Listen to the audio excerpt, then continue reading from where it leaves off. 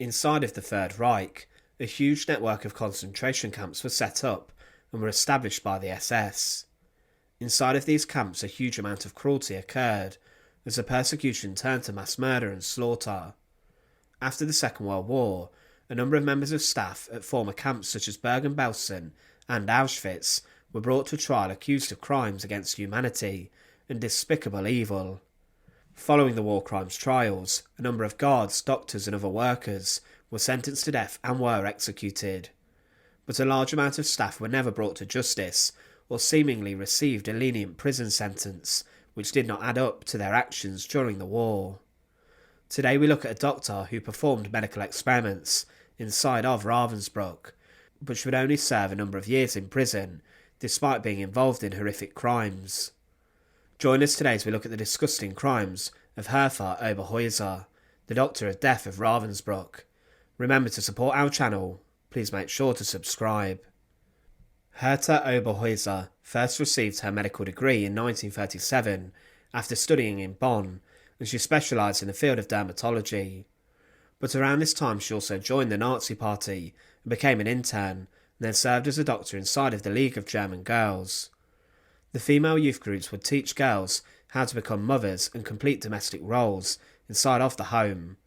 The Nazis wanted women to have as many children as possible for Hitler's empire.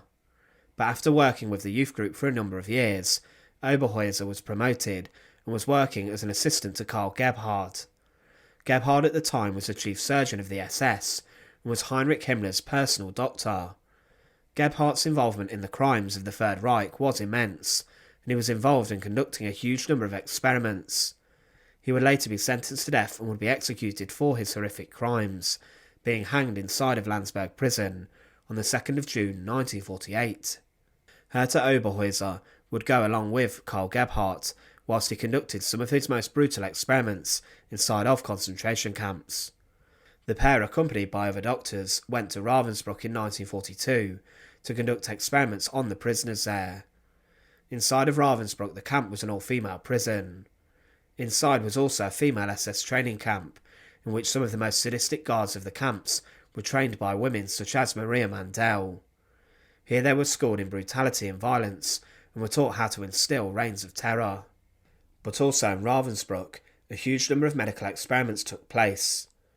At the camp, Oberheuser and Gebhardt worked to experiment on prisoners with the goal of finding better ways of treating infection.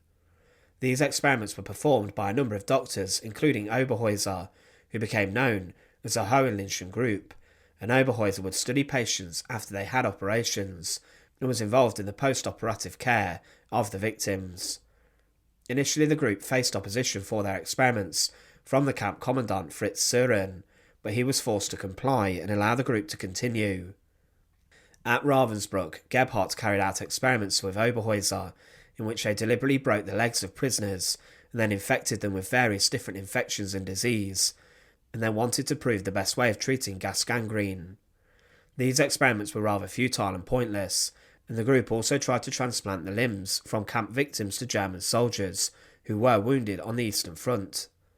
The prisoners received little or no nursing care, and Oberheuser was noted by witnesses and patients for providing literally no aftercare for patients and actually making their injuries worse.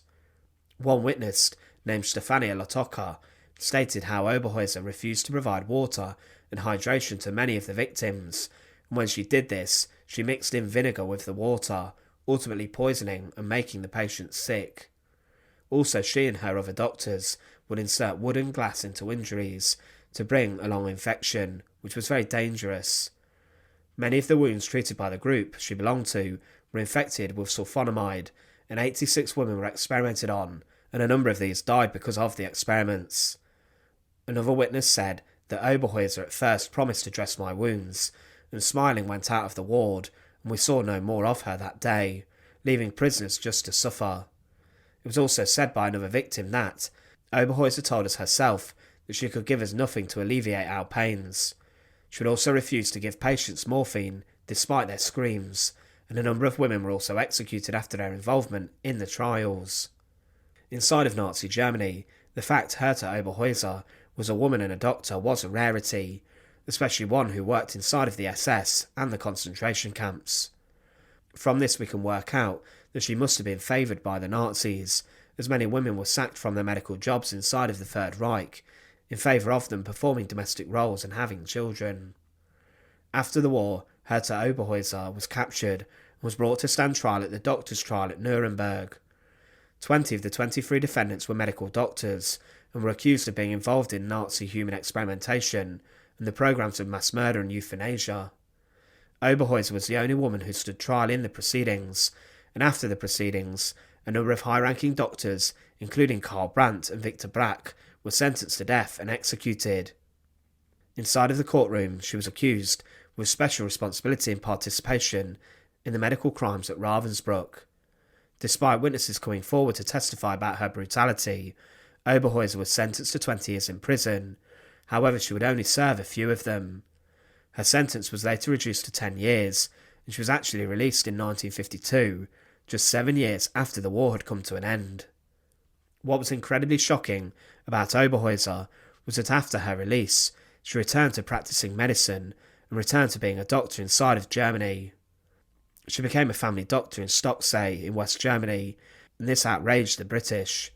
Her medical licence was later revoked after a Ravensbruck survivor recognised her and appealed for her to be sacked. She appealed a number of times, but this was rejected, and she would never practice medicine again and was fined. It is not known what she did with the rest of her life, but it's clear that she would have been rather unhappy. She died in 1978 inside of a nursing home. Because of her involvement inside of medical experiments at Ravensbruck, dozens of women who were experimented on by Oberheuser were left with lifelong suffering and disabilities. She was involved in the killing of some of these women, and she actively denied help to a number of them. She was a Nazi who had joined the party, and what makes her a rare case is the fact that there were very few female Nazi doctors who were actually brought to trial or actually practiced inside of the Third Reich and concentration camps.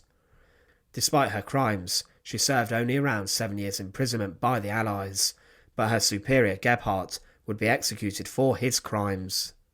Today, many of Herta Oberheuser's crimes remain untold. Thanks for watching.